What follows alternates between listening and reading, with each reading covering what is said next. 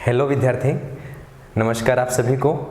जैसा कि आप सभी को पता है, असिस्टेंट प्रोफेसर भर्ती परीक्षा जो सामान्य कॉलेज शिक्षा विभाग की चल ही रही है, जिसका थर्ड पेपर हो चुका है, सब्जेक्ट के पेपर और इंटरव्यू बाकी है।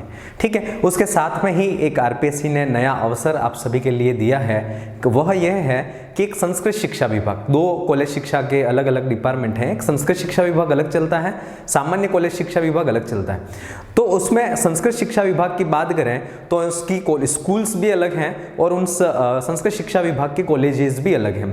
काफ़ी लंबे समय से कॉलेज शिक्षा विभाग में जो पद थे वह खाली चल रहे थे, तो उसको मद्देनजर रखते हुए राज्य सरकार ने एक नई भर्ती निकाली है जो संस्कृत शिक्षा विभाग के लिए ही है, और उसमें जो असिस्टेंट प्रोफेसर के पद हैं उनको निकाला है।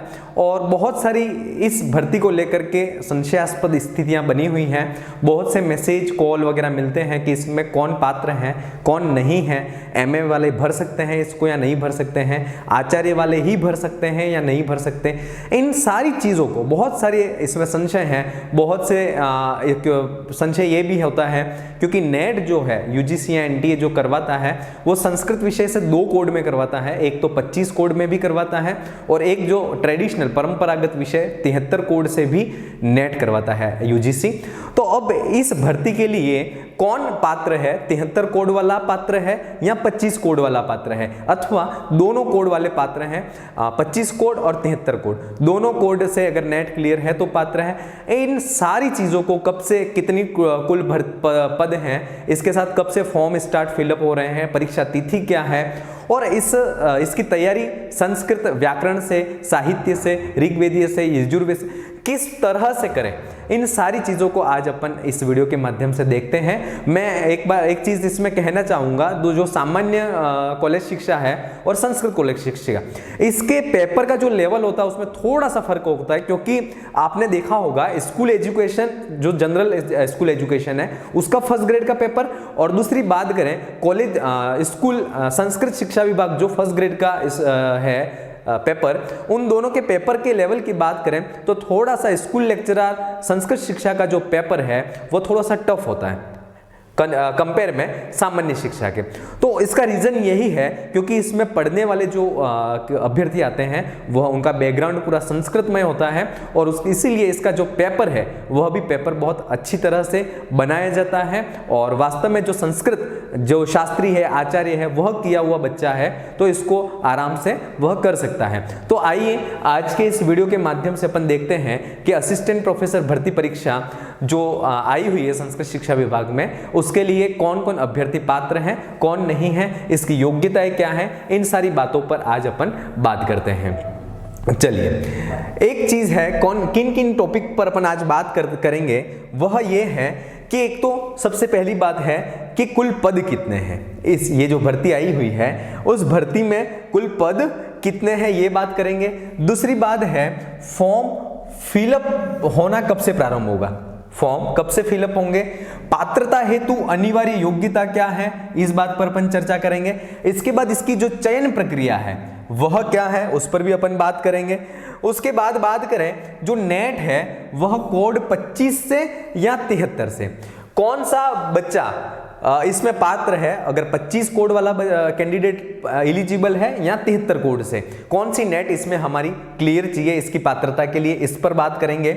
सामान्य संस्कृत इसमें एक पद दिए हुए हैं, संस्कृत साहित्य के पद अलग हैं, संस्कृत सामान्य के पद अलग हैं। बहुत से बच्चे बोलते हैं कि क्या संस्कृत सामान्य के पद पर हमने एमए कर रखा है तो हम क्या इसके लिए पात्र हैं क्या अथवा नहीं।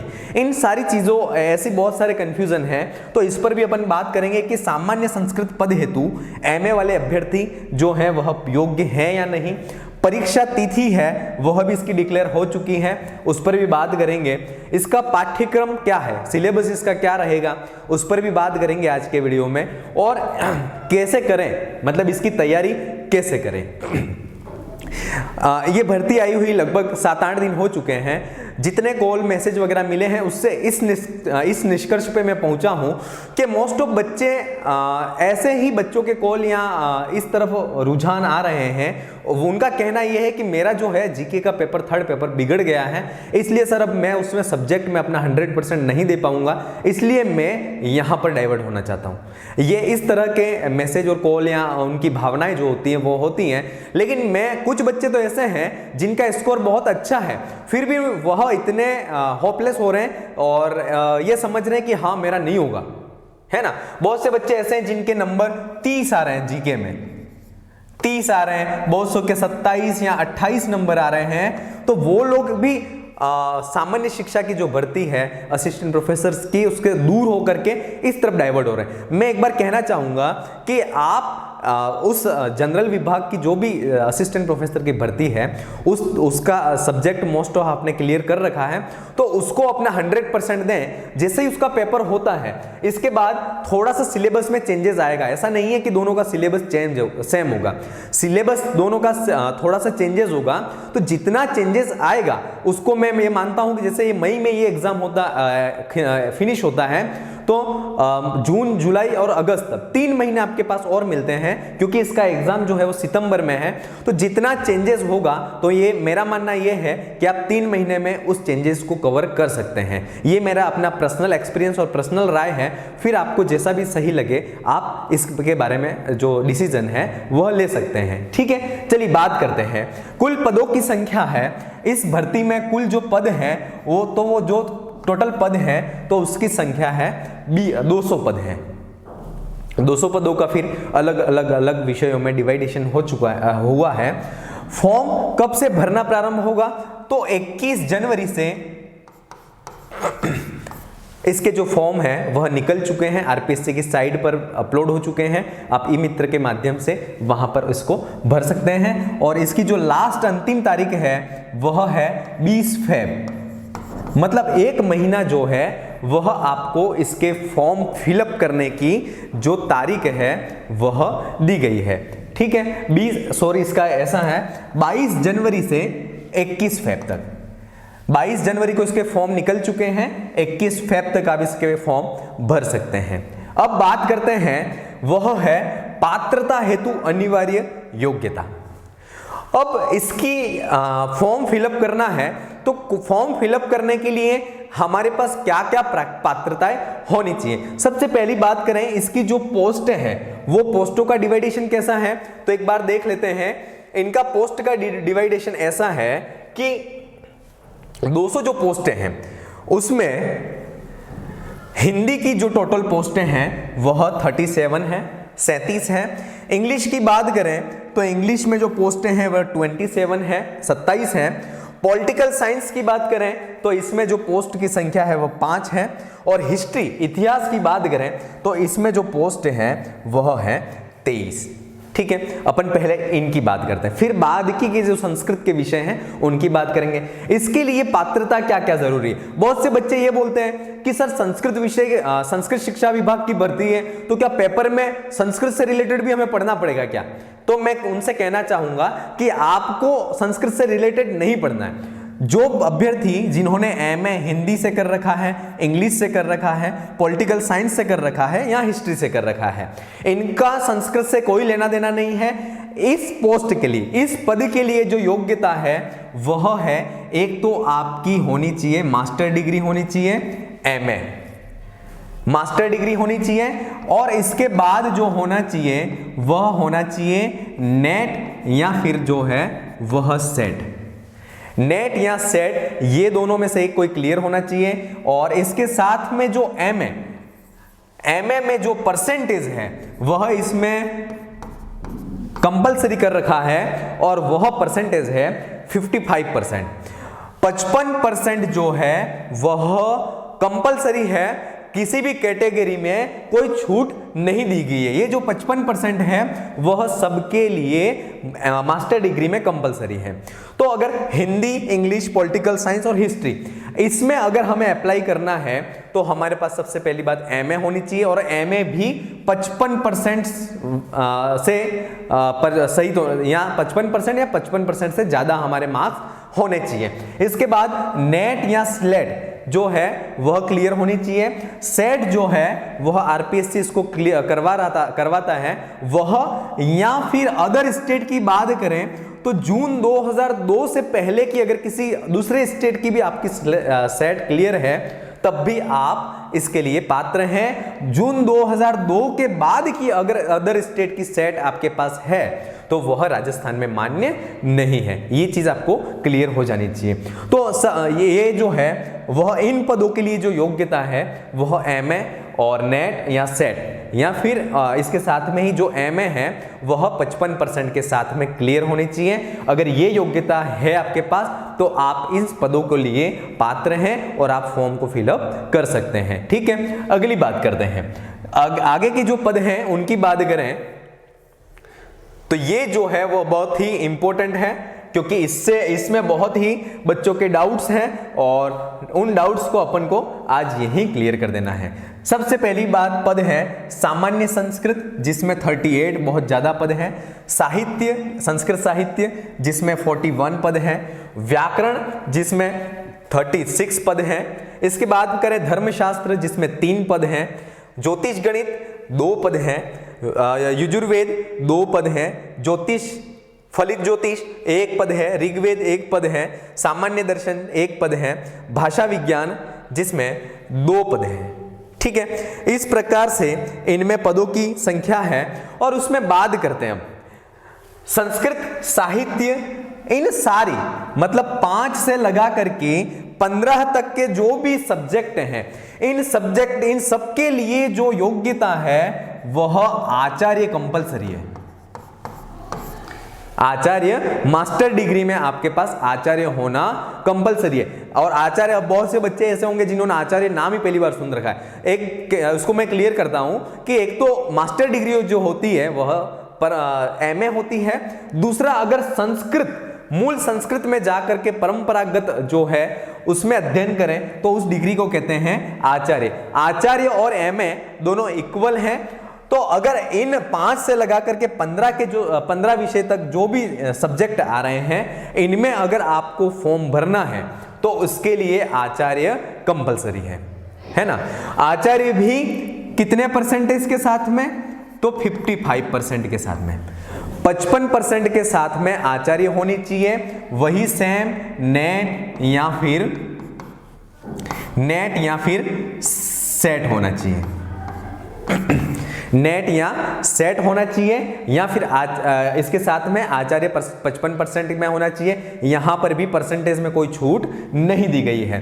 अब एक जो बहुत बड़ा डाउट्स है वह यह है कि क्या सर हम सामान्य संस्कृत जो है उस पद के लिए हम एमए वाले पात्र हो सकते हैं, या हमने एमए कर रखा है तो हम फॉर्म फिलअप कर सकते हैं? ये बहुत से बच्चों के डाउट्स होते हैं और वो तर्क देते हैं कि हम सामान्य संस्कृत वाले पद के लिए हम एलिजिबल हैं। लेकिन देखिए, आप सभी ने आरपीएससी की विज्ञप्ति पढ़ी होगी, मैंने भी पढ़ी है, मैंने और लोगों से बात भी की है जो इस सब्जेक्ट्स के बारे में या जिनको नॉलेज है उनसे भी मैंने उनका जो मत है उसको भी मैंने लिया है।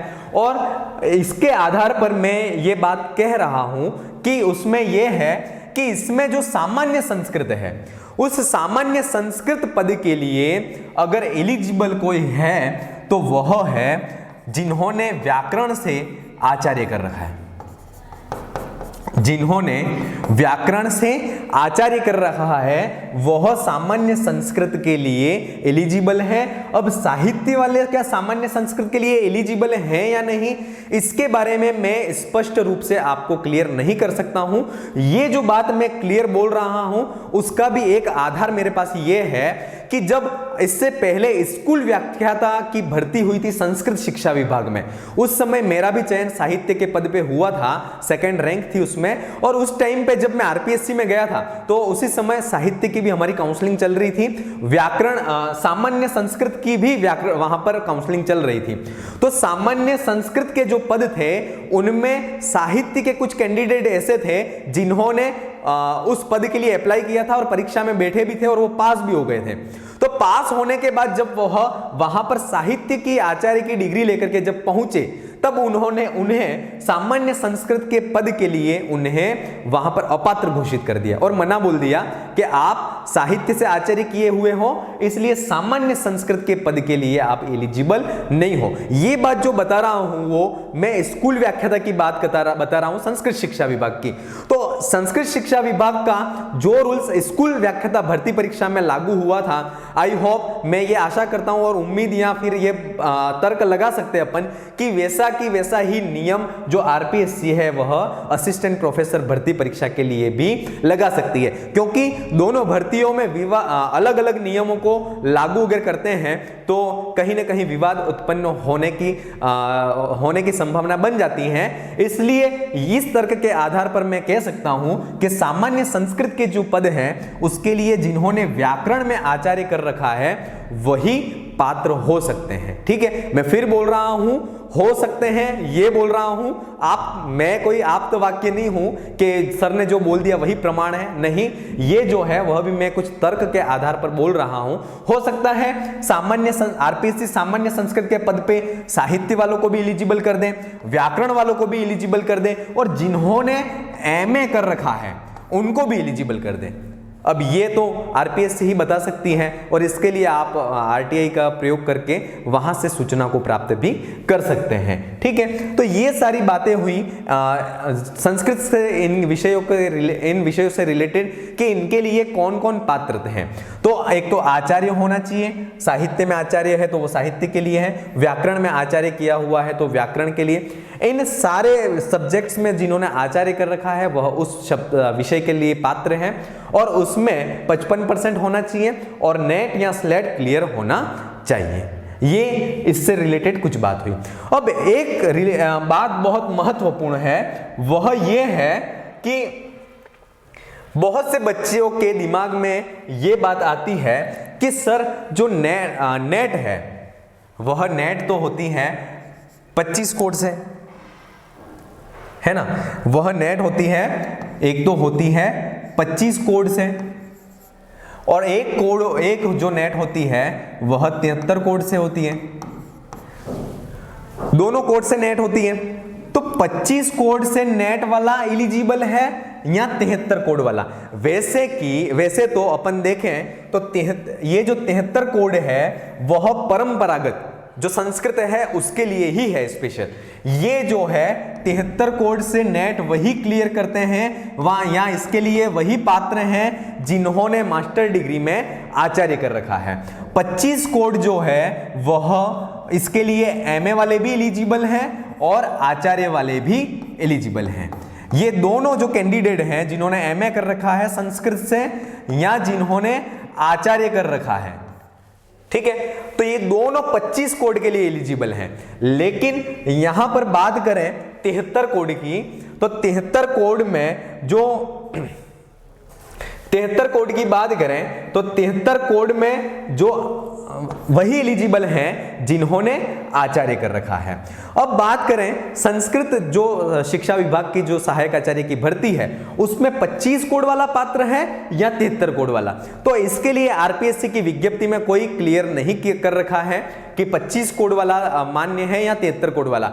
इसलिए इसमें 25 कोड वाला अभ्यर्थी जिसने आचार्य कर रखा है वह भी पात्र है और 73 कोड से जिन्होंने नेट कर रखा है और आचार्य कर रखा है वह भी उस विषय के लिए पात्र है। अगर आरपीएससी या अपन यह तर्क लगाएं कि यूजीसी नेट जो है वह 73 कोड से करवाती है तो 73 कोड वाला ही संस्कृत विषय के लिए पात्र है, तो इसके ऐसा अगर अपन सोचें तो उस समय में क्या होता है कि जो आरपीएससी जो सेट करवाती है, आरपीएससी जो सेट करवाती है वह सिर्फ एक ही कोड से करवाती है, वह है 25। अगर ऐसा होगा तो जो आरपीएससी ने 25 कोड से जो सेट करवाई है या सेट से उत्तीर्ण जो विद्यार्थी हैं वह तो फिर अपात्र हो जाएंगे, है ना। तो ऐसी विवादास्पद कंडीशन बन सकती है, इसलिए आरपीएससी ने 25 कोड वालों को भी एलिजिबल माना है और 73 कोड को भी एलिजिबल माना है और इसके संबंध में विज्ञप्ति में कोई भी क्लियरेशन नहीं कर रखा है। ठीक है, तो अपन ये सिर्फ इस तर्क के आधार पर ये मान सकते हैं कि अगर 73 कोड वालों को ही पात्र समझेंगे तो आरपीएससी का जो सेट एग्जाम है जो 25 कोड से होता है वह बच्चे भी अपात्र हो जाएंगे। इसलिए आरपीएससी ऐसा काम नहीं करेगी। इसलिए दोनों कोड जिन्होंने 25 कोड से भी नेट कर रखा है और 73 कोड से भी नेट कर रखा है वह दोनों इस संस्कृत के जितने सब्जेक्ट हैं उनके लिए पात्र हो सकते हैं। ठीक है, ये जो है सहायक आचार्य असिस्टेंट प्रोफेसर जो भर्ती परीक्षा आई हुई है संस्कृत शिक्षा विभाग की, उससे रिलेटेड बहुत बड़ी और बहुत इंपॉर्टेंट बात अपन ने यहां पर की। चलिए अब बात करते हैं कि इसमें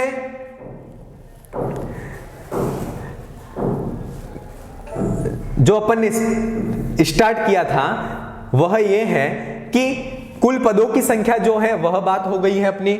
इसके बाद बात करें कि इसको कब से फॉर्म भरना है ये भी बात हो गई, पात्रता हेतु क्या अनिवार्य योग्यता है ये भी हो गई। अब बात करते हैं चयन प्रक्रिया। जैसा कि आप सभी को पता है असिस्टेंट प्रोफेसर भर्ती परीक्षा में कितने पेपर होते हैं? 3 पेपर होते हैं, फर्स्ट पेपर, सेकंड पेपर और थर्ड पेपर। और इसमें जो थर्ड पेपर होता है वह जीके का होता है, फर्स्ट पेपर जो होता है वह विषय से रिलेटेड होता है, सेकंड पेपर जो होता है वह भी विषय से रिलेटेड होता है। ये दोनों पेपर हैं वह सब्जेक्ट से रिलेटेड होते हैं जो कि 75 और 50 नंबर के होते हैं। ठीक है, अब एक इस सामान्य असिस्टेंट प्रोफेसर की जब भर्ती थी उसमें एक नियम था 40% कंपलसरी। वो 40% कंपलसरी का नियम उस भर्ती में नहीं था, लेकिन इसमें जो है वह 40% मार्क्स सारे पेपर में रिटन एग्जाम में लाना कंपलसरी है। ये बहुत बड़ी बात है कि सारे पेपरों में, सारे रिटन एग्जाम में 40% मार्क्स लाना जरूरी है। अगर 40% मार्क्स नहीं आते हैं तो आप वैसे ही चयन से दूर हो जाएंगे, आपको वैसे ही अपात्र कर दिया जाएगा। कहने का मतलब यह है सब्जेक्ट में तो 40% मार्क्स आ जाते हैं, संस्कृत में तैयारी करते हैं तब भी आ जाते हैं, नहीं करते तब भी आ जाते हैं। लेकिन बात करें जीके की, जीके में क्या होता है? जीके में बहुत सी बार ऐसा होता है कि 40% मार्क्स नहीं आते हैं हमारे, और अगर ऐसी कंडीशन में आपके 40 सब्जेक्ट में कितने भी अच्छे नंबर आ जाए तो जीके में अगर आपके 40% मार्क्स नहीं आ रहे हैं तो आप पात्र नहीं होंगे। आपको आपके जीके में सब्जेक्ट के मार्क्स से कोई लेना देना नहीं है। जीके में अगर 40% मार्क्स नहीं आ रहे हैं तो आपको बाहर कर दिया जाएगा। इसलिए आपको जीके की तैयारी जो है वह बहुत अच्छे से इस भर्ती के लिए आपको करनी है। दूसरी बात यह है एक नियम कि इसमें प्रत्येक सब्जेक्ट में तो 40% मार्क्स कंपलसरी है ही, इसके साथ में ही एग्रीगेट तीनों सब्जेक्ट की बात करें तो उसमें 36% मार्क्स भी आना जरूरी है। वैसे अगर तीनों सब्जेक्ट में 40% मार्क्स आ रहे हैं तो एग्रीगेट 36% हो ही जाएगा,